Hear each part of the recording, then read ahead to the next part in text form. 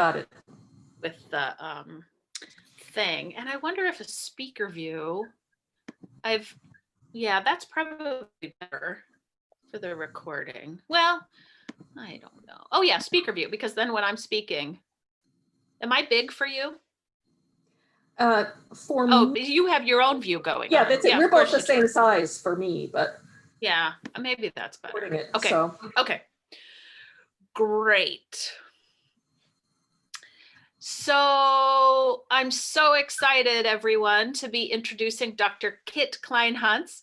She is the Dean of Trinity Lutheran Seminary at Capel University, and even more importantly, is a scholar of theology and history in the Reformation tradition.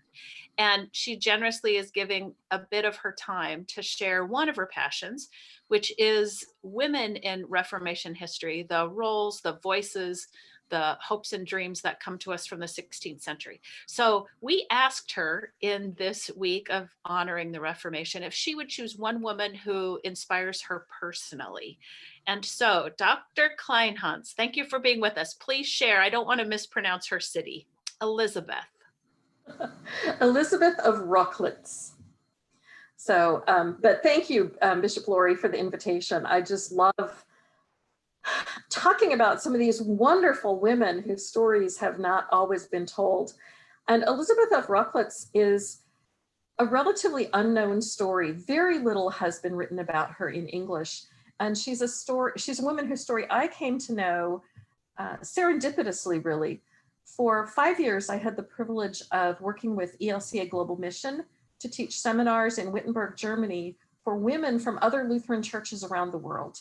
And the idea was how bring the women to Wittenberg, let them experience the roots of their faith, and use the stories of Reformation women to empower these women in their own ministry, whether clergy or lay ministries. And in the spring of 2014, when I arrived in Wittenberg, I was looking on Facebook and I saw an ad for a museum exhibit. And the title of the exhibit, translated, was Strong Women's History, 500 Years of Reformation. This was in the town of and at the castle of Rochlitz, which was a couple hours away. So I convinced a German friend who had a car, that we really needed to go see the exhibit together. And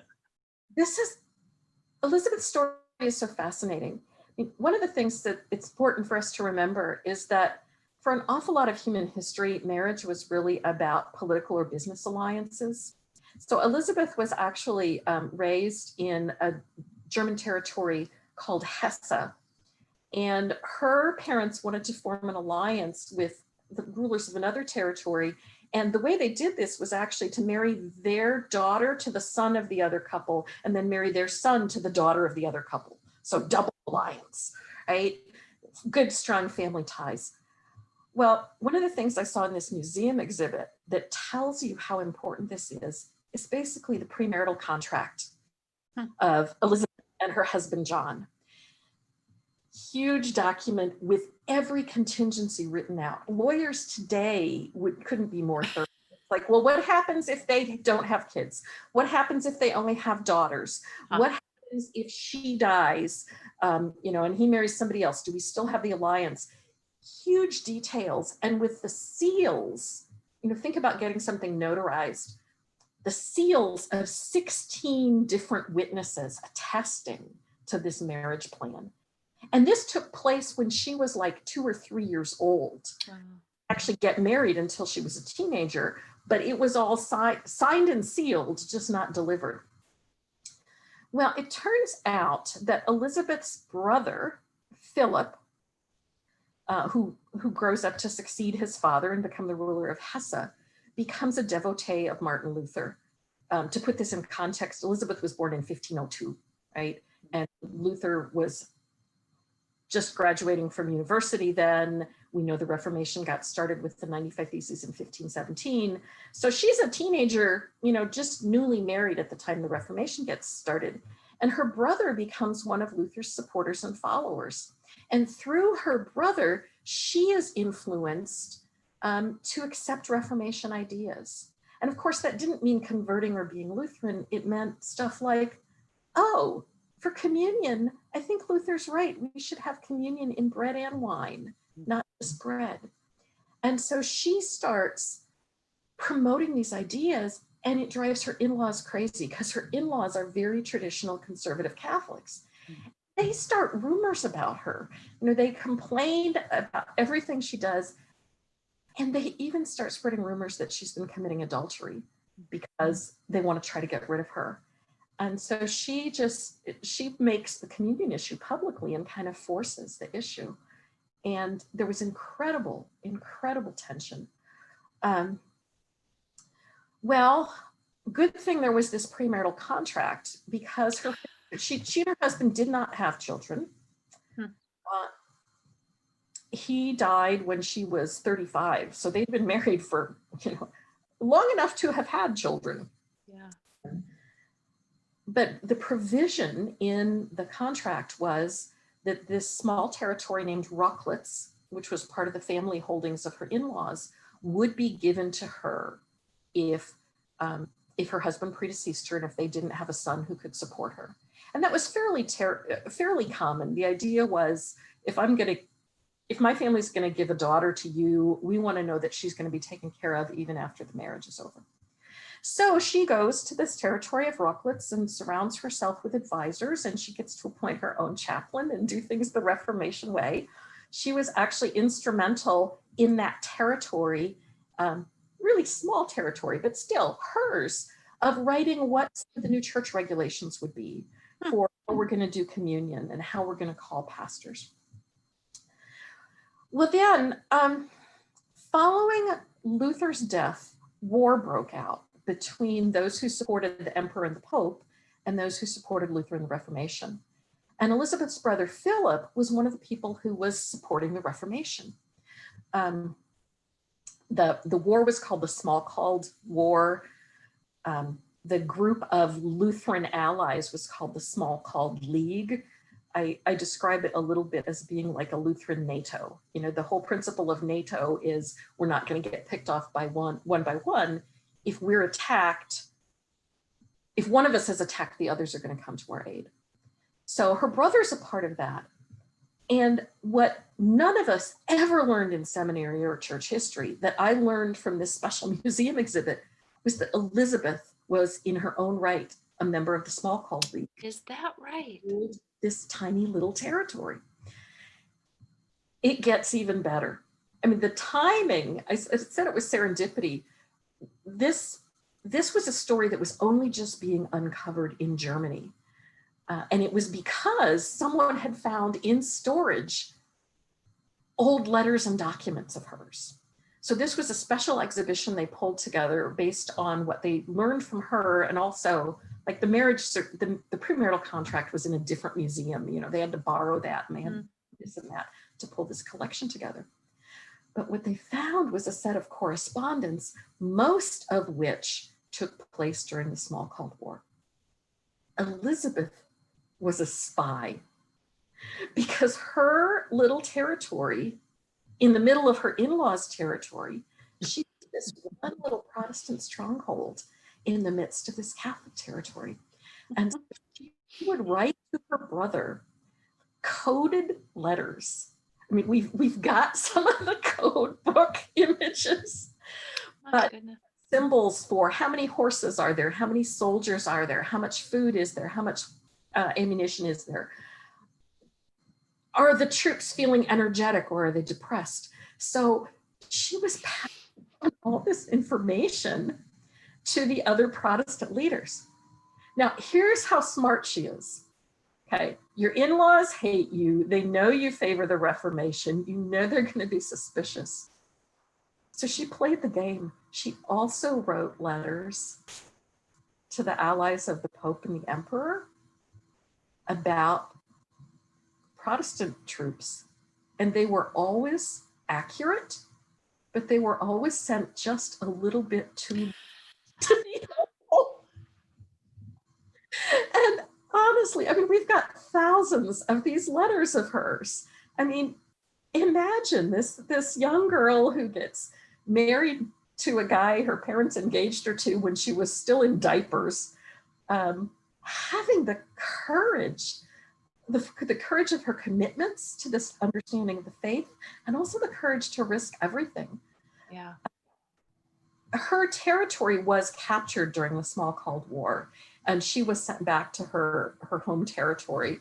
Her brother had actually been arrested as part of the Small Cold War, and so when she got back to the territory of Hesse, she actually tried to take over the rule, but her nephews wouldn't let her. They just kind of pushed her off to the side and took over. But she was just not going to be kept down. So that notion of strong women of the Reformation definitely applies to Elisabeth of Rochlitz. Yeah. It's I wish that more were in English, and I hope at some point that happens. But she just amazes me. Yeah, and there couldn't have been many women who were part of that small cult. No, she was the only one. She was the only one. Yeah, I mean, none of us ever had heard of her or this until these letters were uncovered. Well, I mean, we'd heard of her in the sense that she was the brother who married the son of the... Right. Someone needs to do their dissertation on her. Yeah, and I guess when I think about this now, when you think about the names of the women who may be more familiar to us, I mean, Catherine von Bora-Luther certainly, or Argela von Grumbach, some of the others, the thing is, for the most part, their stories were just as unknown until someone started doing the work. Yeah. And it's funny because the women's stories we often know, not because they were written about at the time, but from artifacts. Like in this case, it's when they found the letters and the codes that they were able to piece these things together. You know, in this similar way, part of how we know what we know about Katie Luther's skills in homemaking and economics and small business and all that isn't because anybody wrote about it at the time. It's because somebody went through the old records in Wittenberg and can tell you that, you know, in this year, the Luthers paid taxes on this many hogs and this many cows and this many sheep and this amount of land. And so women's lives are often recorded in this material history, you know, not in the theoretical or theological history.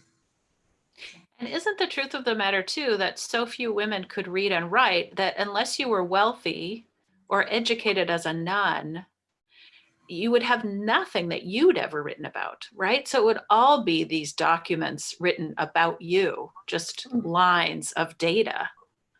Yeah, that was beginning to change in the early 1500s. I mean, there were folks who, you know, came from middle-class families, at least, who were trying to get their daughters educated as well as their sons, but that was a real rarity. Mm-hmm. Have any of the women you've interviewed talked about Caritas Herkheimer? No. She is actually, she remained Catholic, but her story is interesting. You know, when you mention, unless you're educated as a nun, you may not be educated at all.